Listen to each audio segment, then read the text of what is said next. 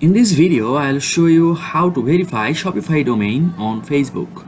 So for doing that, you have to follow some simple steps.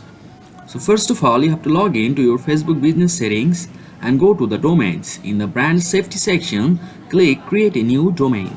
And after that, here in the next step, you have to insert your domain and then click add. And after that,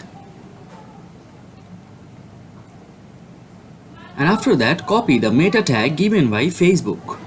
And now you have to go to your Shopify store and then click online store and then theme. Then click edit code.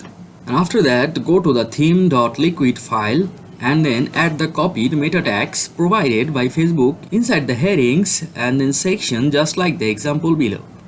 And now you have to go back to your Facebook business account and you have to click verify domain.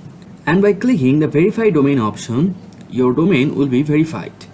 And by following these steps, you can verify your Shopify domain on Facebook in just a few minutes.